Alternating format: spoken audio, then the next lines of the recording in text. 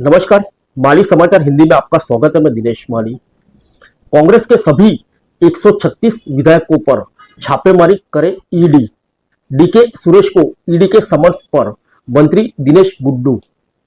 कर्नाटक के स्वास्थ्य एवं परिवार मंत्री दिनेश गुड्डू राव ने पूर्व कांग्रेस नेता डीके सुरेश के खिलाफ समन जारी करने को राजनीतिक बदले की भावना से प्रेरित बताया। उन्होंने कहा कि ईडी को कुछ विधायकों समन्स भेजने के बजाय सभी 136 कांग्रेस विधायकों पर छापेमारी करनी चाहिए।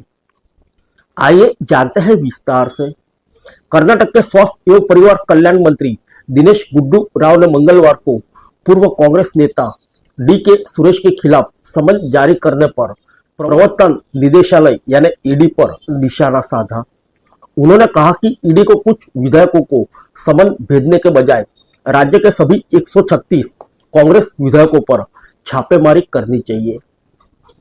राव ने कहा कि हमें ईडी से कुछ अलग उम्मीद नहीं है, यह मजाक बन गया है।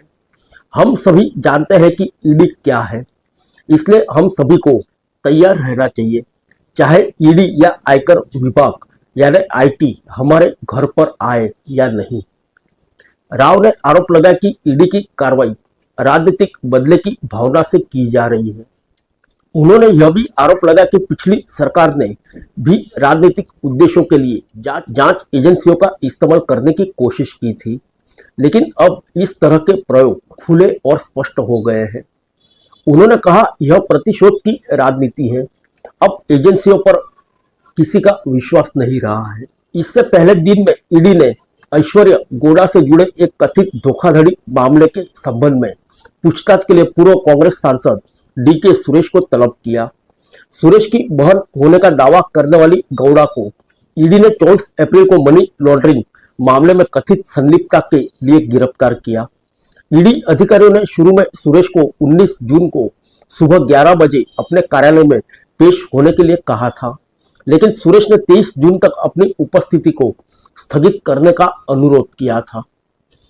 इससे पहले जांच एजेंसी ने कहा था कि उसके अधिकारियों ने आरोपी महिला ऐश्वर्या गौड़ा और उनके साथियों से संबंधित 14 स्थानों पर तलाशी ली थी और लगभग 2.25 करोड़ रुपए मूल्य की विभिन्न आपत्तिजनक सामग्री जब्त की थी। 26 अप्रैल को एक्स पर एक पोस्ट में ईडी ने लिखा, ईडी बंगलुरु ने 24 अप्रैल को पीएमएलए 2002 के तहत ऐश्वर्या गौड़ा को मनी लॉन्ड्रिंग के अपराध में शामिल पाए जाने पर गिरफ्तार किया है। गिरफ्तारी के बाद उन्हें विशेष न्यायालय यानी पीएमएलए के समक्ष पेश किया गया और न्यायालय ने आरोपी को 14 दिनों के लिए ईडी की हिरासत में भेज दिया। धन शोधन निवारण अधिनियम पीएमएलए 2002 के प्रावधानों के तहत 24 और 25 अप्रैल को की गई तलाशी में आपत्तिजनक दस्तावेज, डिजिटल डिवाइस और नकदी जब्त की गई थी। रिपोर्ट के अनुसार ईडी ने ऐश्वर्या गौड़ा को कर्नाटक में धनी व्यक्तियों को ठगने के कई मामलों के माध्यम से राज्य के शीर्ष राजनीतिक नेताओं के साथ संबंध का फायदा उठाकर कथित तौर पर मनी लॉन्ड्रिंग में शामिल होने के आरोप में गिरफ्तार किया। गौड़ा ने कथित तौर पर एक धनी डॉक्टर और व्यापारियों तक पहुंच बनाने के लिए कर्नाटक कांग्रेस के नेता डीके सुरेश और उप मुख्यमंत्री डीके शिवकुमार की बहन के रूप में खुद को पेश किया। पिछले साल बंगलुरु पुलिस ने धोखाधड़ी के कई मामले में उसके खिलाफ मामला दर्ज किया था। फिर मिलेंगे अगले बुलेटिन में अन्य किसी खबर के साथ।